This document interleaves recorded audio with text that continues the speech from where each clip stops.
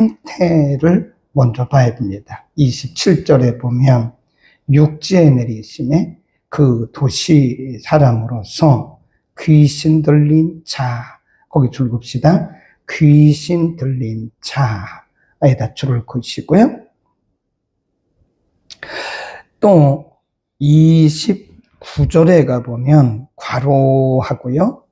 귀신이 가끔 이 사람을 붙잡음으로 그랬습니다. 귀신이 이 사람을 붙잡았다. 귀신이 들렸다. 그런 얘기를 해요. 이런 부분들은 우리가 잘 보셔야 됩니다. 사람이 귀신이 아닙니다. 우리가 가끔 사역을 하는 사람을 보면 막 사람을 막 그냥 때려가면서 사람을 막 구태가면서 귀신아 나가라. 물론 뭐 그 속에 있는 귀신아 나가라고 말한 것은 맞는데 그 귀신이 그 사람을 붙들은 거예요. 그래서 우리가 영어로도 보면 demon possed라고 그래요. demon possessed. 이 귀신이 마귀가 그를 사로잡았다. 이 귀신은요 사람의 여러 분야를 사로잡을 수가 있어요. 근데 우리는 예수 믿는 사람들은 귀신이 우리의 영을 사로잡을 수는 없습니다. 물론 가끔 보면 예수 믿는 사람들 중에서도 귀신 들린 사람들이 있기는 해요. 네, 있습니다. 어떤 사람이 이렇게 물어봤습니다. 예수 믿는 사람도 귀신 들립니까? 들려요. 그러니까 정신 차려야 돼요. 우리가 자기의 영성 관리를 하지 못하면 귀신 들립니다. 본인은 모릅니다. 자기가 귀신 들리는 건지 잘 몰라요. 상태가, 귀신 들림의 상태가 다양해요. 그러니까 상중하로 나누잖아요. 상중하. 이 귀신 들림의 상태가 하인 경우는 잘 모릅니다. 중인 경우는 다른 사람이 알아요. 그 다음에 상인 경우는 자기도 알고 다른 사람도 알아요. 그러니까 귀신이 믿는 사람들 중에는 간혹 그런 사람들이 있고 그 외에는 많습니다. 사람들의 혼, 그 다음에 육을 사로잡아요. 그런 경우가 많다. 또 우리가 사람 보고 귀신이라고 그러면 안 됩니다. 귀신이 그 사람을 붙들은 거예요. 육체를 붙들었든지 마음을 붙들었든지 또 때로는 영의 어떤 영향력을 끼칠 수가 있는 것이다. 그 다음에 그 뒤에 가보면요. 예수를 만나니 이 사람은 오래 거기다 줄거 놓으십니다. 옷을 입지 않고 집에 거하지도 아니하고 무덤 사이에 거했다. 29절로 갑니다.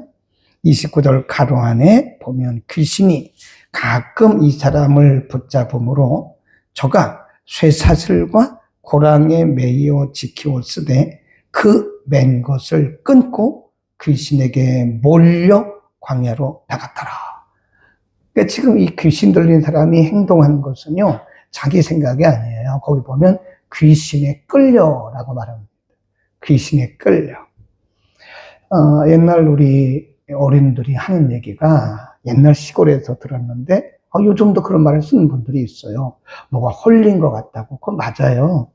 그 귀신에게 홀린 겁니다. 내 정신이 아니라니까요. 귀신에게 홀린 사람들은 비정상적인 생활을 해요. 옷을 다 벗고 집에서 나오고 그리고 무덤 사이에 거하고 마태복음 8장 29절에 보면 사납다. 사람들이 사나워져요. 굉장히 사납습니다. 그걸 괴성을 질러요. 괴성을 지르고 옷을 입지 않고 다 비정상적인 거 아닙니까?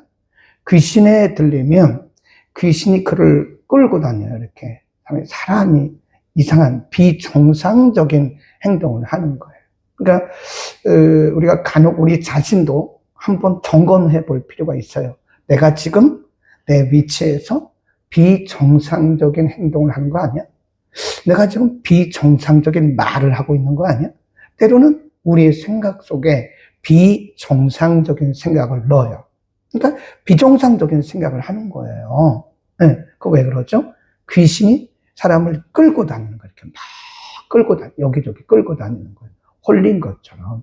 그러니까 귀신에 홀린 게 맞다. 비정상적인 삶을 살게 하고 사납고 그 다음에 굉장히 이상한 행동을 한다. 그 다음에 이 사람의 경우는 굉장히 심각해요. 지금 이 사람의 경우는 아주 심각합니다. 집에서 나왔죠. 무덤 사이에 거하죠. 옷을 다 벗고 살죠. 소리를 지르죠. 또 이렇게 묻고 이 사람을 제어하려고 쇠사슬로 매잖아요. 쇠사슬을 끊어버려요. 그래서 귀신이 역사할 때는요, 초인간적인 힘이 나와요. 네, 초인간적인. 그러니까 이런 어린 아이들도요, 이런 초등학교 4, 5학년들도 장정 4명에서 제어가 안 돼요. 그 속에 사나운 귀신의 영이 들어가기 때문에 그렇습니다. 네, 확실히 귀신은 사나워요. 그래서 사람이 억제할 수 없는 초인간적인 그 말씀 아닙니까? 29절이 초인간적인 저가 쇠사슬과 고랑에 매여 지키었으되 그 맨 것을 끊고 귀신에게 몰려 광야로 나갔더라. 그러니까 예수님이 물어봤어요. 30절입니다. 왜 이렇게 심한가? 30절 예수께서 내 이름이 무엇이냐 물으신즉 가로되 군대니 이는 많은 귀신이 들렸습니다. 군대 귀신이다. 군대 귀신. 그래서 여기서 군대란 말은요, 그 당시 로마 군대의 기준으로 말하면 5,000명입니다. 5,000명. 5,000명 대대 군대 5,000명을 얘기하는 거예요. 그러니까 지금 많은 귀신이 들려서 이렇게 사나운 거예요. 그러니까 우리 여기서 알아야 되는 것은 귀신이 우리가 뭐라고 말을 해야 됩니까? 귀신은 한 명? 이렇게 말하기도 그렇죠. 한 마리? 그래야 돼요. 귀신을 뭐라고 말해야 돼요? 한 마리? 두 마리? 한 명? 두 명? 그냥 귀신이라고 합시다. 한 귀신, 두 귀신 그러자고요. 그러니까 귀신이 많이 들어가면요, 상태가 심해요. 귀신의 숫자가 적으면 상태가 좀 약하죠. 그러니까 여기는 귀신 5,000이 들어간 거예요. 5,000. 그러니까 이렇게 사납고 그러니까 이상한 행동을 하는 거예요. 초인간적인 힘이 이 쇠사슬을 묶어놔도요, 이걸 딱 끊어버립니다. 초인간적이니까. 간혹 보면 어떤 기도하는 분들이요, 과거 얘기를 막 맞춰요. 그거 조심하셔야 돼요. 그거 성령의 역사. 성령은 우리의 과거의 일을 막 들춰가지고 누구에게 이렇게 막 보이고 그런 분이 아니에요. 성령은 인격적인 분이시기 때문에 우리의 비밀을 다 지켜주십니다. 우리를 인격적으로 대하세요. 그러니까 가끔 성령의 역사라고 그러면서 아주 험한 행동을 하는 분들이 계세요.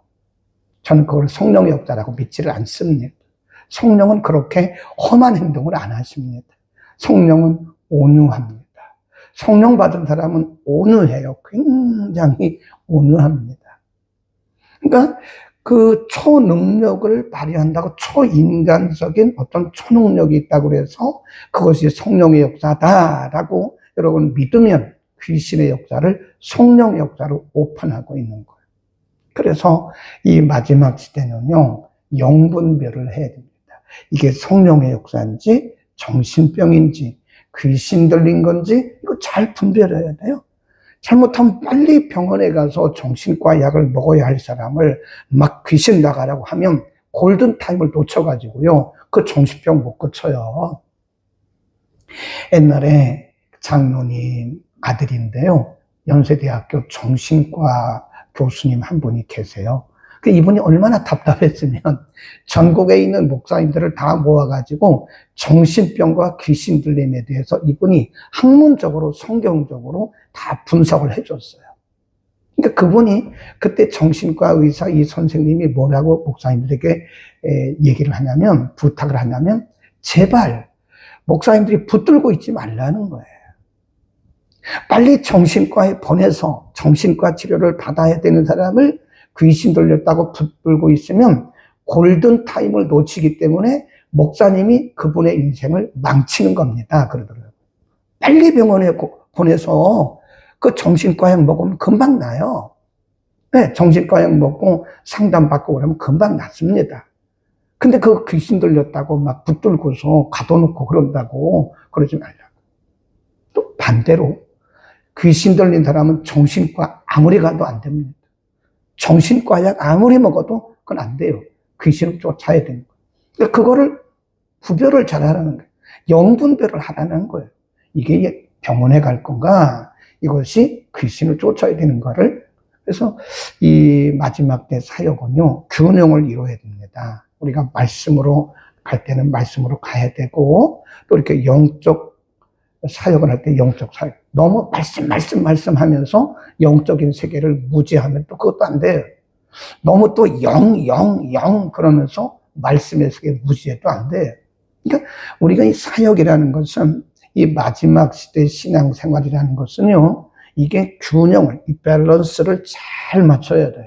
그래서 딱 보고 이건 귀신 들림이구나, 이건 병원에 가야 되는구나, 이건 알고서 그때그때마다 우리가 대처를 하는 것이 옳다 하는 것이고요. 또 한 가지, 이 귀신의 수가 많다라고 하는 것은요, 거기 또 뭐라고 하냐면 오래란 말이에요. 오래.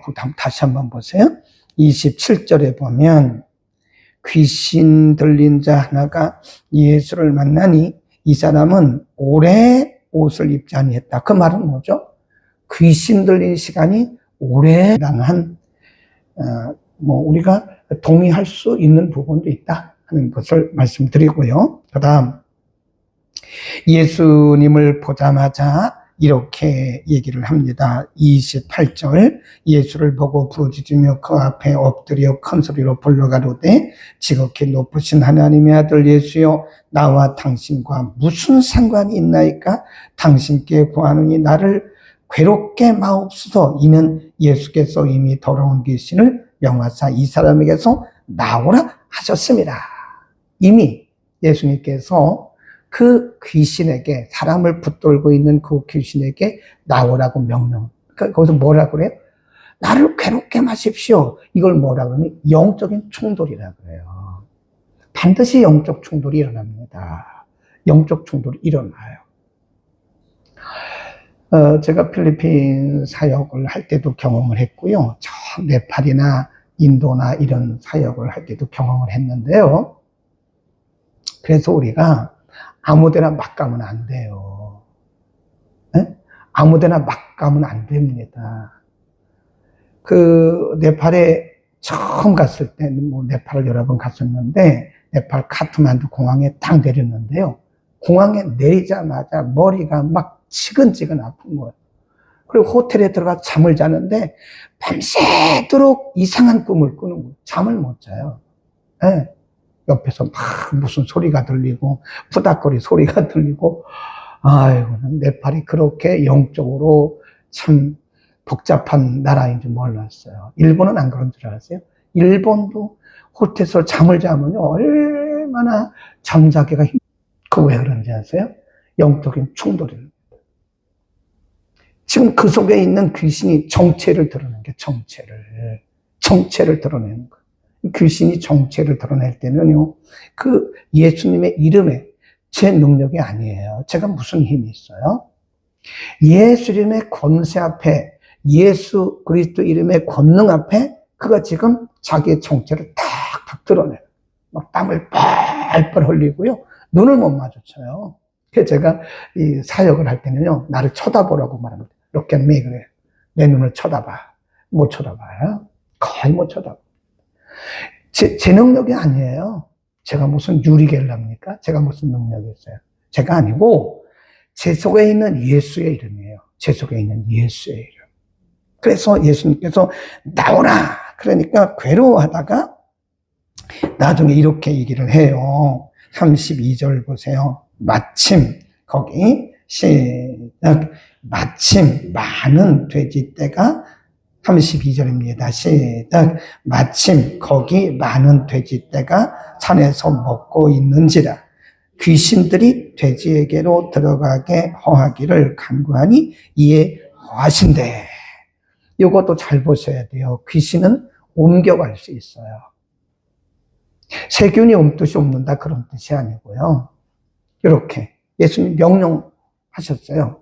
그러니까 이 귀신들이 그 위에 보면 무적행으로 들어가기를 허락하지 마시고 돼지떼에게로 무종행이라고. 무적행이 어디예요?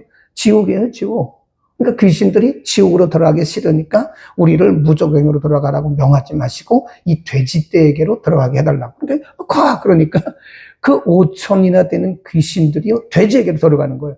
그러니까 이 돼지들이 비탈길에서 막 가다가 그 갈릴리 호숫가에 다 빠져 죽어버렸어요. 잘 들으셔야 돼요. 그럼 짐승도 귀신 들립니까? 들린다니까요. 들리잖아요. 지금 보셨잖아요. 예수님이 돼지떼 들어가. 귀신이 물어본 거예요. 우리 돼지떼 들어가면 안 돼요? 들어가. 그러니까 예수님 명한 대로 돼지에게 들어가는 거예요. 짐승에게도 들어갑니다. 사람에게도 들어가고요. 짐승도 들어가요.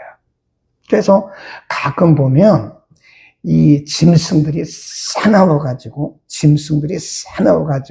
사람들을 해치고 막 그런 경우도 있죠. 네. 가끔 보면 삼각산에 있던 그 멧돼지가 종로에 내려와가지고요. 그럼 그 멧돼지가 다 귀신 들렸나? 꼭 그런 건 아니에요. 다 그런 건 아니에요. 다 그렇다고 말하면 또 이 사람은 잘못하면 옛날에 그 김기동 이 사람처럼 이상한 또 귀신론자가 돼가지고 이상한 사람이 돼요. 어떤 사람을 보면 무조건 다 귀신이다. 그거 큰일 납니다. 다 귀신이 아니에요. 멧돼지가 막 그런다고 해서 다 귀신은 아니에요. 어떤 경우는 멧돼지가 배가 고프니까 그런 거예요. 배가 고파서 그런 걸 귀신 들렸다고 하면 됩니까? 어떤 경우는 귀신이 돼요. 멧돼지도 귀신 들려가지고 사람을 막 해갖고 사람을 죽이고 막 이럽니다. 그러니까 중요한 것은 이런 귀신이 예수님께서 나오라. 그러니까 나와가지고 사람은 온전해진 거. 거기 보세요. 사람은 아주 온전해졌어요. 35절.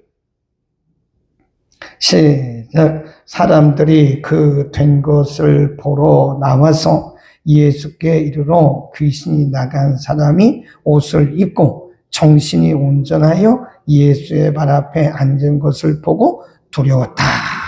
그랬죠. 이제 완전히 정상이 됐죠. 네. 옷을 벗고 집을 나가서 무덤 사이에서 이렇게 괴성을 지르고 사납게 지내던 사람이 귀신이 싹 빠져나갔어요. 5천이나 되는 귀신이 싹 빠져나가니까 사람이 옷을 입고 다소곳하게 앉아가지고 정신이 온전해진 거잖아요. 그래요. 교회가 이런 일을 해야 됩니다. 오늘날 얼마나 많은 사람들이 귀신 들려 있는지 아세요? 교회 안에도 있다니까요. 보통으로 하는 사람을 보고 귀신 들렸다 그러면 안 돼요. 거기다 있잖아요. 극단적인 이기주의. 이것도 귀신 들렸다고 저는 봐요.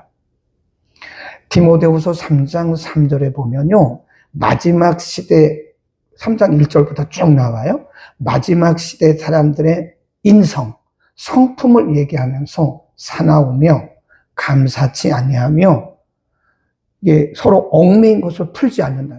네. 아니 예수 믿는 사람이 풀어야지 무슨 죽을 죄를 졌다고 안 풉니까? 네. 저는 어떤 분을 이해를 못 하겠더라고요. 못 풀더라고요. 꽁 해가지고요. 이게 정상이 아니라니까요. 집에 가셔서 디모데후서 3장 1절부터 쭉 읽으세요. 쭉 읽으세요. 그러면 마지막 시대 사람들의 인성, 성품에 대해서 거기 아주 상세하게 기록을 하고 있는데 거기 보면 사람들이 사납고 부모를 공경하고 감사치 아니하고 그 다음에 매인 것을 풀지 아니하며 그랬다고요. 못 풀 게 뭐예요? 예수님은 우리의 지옥 갈 우리들도 천국으로 구해주시고 원수 같은 우리도 다 용서해 주시고 하나님 자녀 삼으시는데 우리가 용서 못할 게 뭐가 있냐? 네. 우리가 못 풀 게 뭐가 있냐? 그래서 우리가 이렇게 보면요, 이게 꽁한 성격이 있어요. 이렇게 꽁해. 근데 태어날 때부터 가진 성격일 수 있어요. 근데 이것이 지나치면 나중에 거기에 귀신이 들어오는 거예요. 그렇죠. 우리가 여기 이제 상처가 나잖아요. 상처 난 게 다 세균이 아니에요. 상처 난 게 다 세균이 아닙니다. 그런데 이걸 그냥 두잖아요. 그럼 여기 세균이 들어와요. 그래가지고 여기가 이렇게 부어요. 그걸 덧난다고 그래요. 덧나는 거. 덧나는 건 100% 상처에 세균이 들어간 거예요. 그러니까 우리의 마음의 상처는 누구나 다 받을 수 있어요. 저도 받고 여러분도 받고 다 받습니다. 그런다면 이건 상당히 심각한 거죠. 네. 그러니까 사람들이 고집이 세요. 그리고 사나워요. 꽁 하고 있다고요. 이걸 풀지를 않는 거예요. 그러면 이게 심각한 거예요. 그 상처에 이 바이러스 같은 세균이 들어가면 덧나는 것처럼 처음부터 그런 건 아니에요. 처음에는 내 생각이라니까요. 누구나 다 상처받죠. 그런 기도 듣고도 상처받는 사람이 있잖아요. 그 풀어줘야 되죠. 근데 그것이 안 풀어지면 거기에 누가 들어가는 거예요? 그때 귀신이 들어가는 거예요. 그때. 그럼 여러분이 빨리빨리 풀어야 돼요. 성경에 뭐라 그래요? 하루의 분노는 해지기 전에 풀어라고요. 아멘. 그날 섭섭했던 거 그날 풀으세요. 그날 힘들었던 거 그날 풀으세요. 아니면 반드시 여기 귀신이 근접을 합니다. 매번 귀신이 들어오는 건 아니지만 거기 그래서 여러분에게 제가 약 처방을 할 텐데 조금 비싼 건데 처방전 비용을 좀 내야 되는데 좀 계좌번호 보내주시겠습니까? 110-210 신한은행. 제일 좋은 방법이 있어요. 제일 좋은 방법. 상처 안 받고 우리가 성령의 은혜 가운데 자유할 수 있는 아주 제일 좋은 방법을 다 아는 거예요. 따라합시다. 그러려니. 뭐 그럴 수도 있는 거지. 그걸 가지고 뭘 그러냐. 그러려니 해요. 그래요. 네. 그냥 그러려니 하는 겁니다. 네. 그러려니 하면 남들 볼 때는 저 사람 바보 아니야? 바보면 어때요? 내가 건강하면 되는 거. 내가 건강해야죠. 그러려니. 그러세요. 섭섭해가지고 막 섭섭이가 들어와가지고 그러면 반드시 거기에 귀신이 틈타요. 그랬대. 아닌 걸 가지고 막 덧나는 거예요. 그게 덧난다고 그러는 거예요. 덧난다. 마지막 빨리 끝내겠습니다. 귀신 나간 사람이 이렇게 묻습니다. 38절 시작.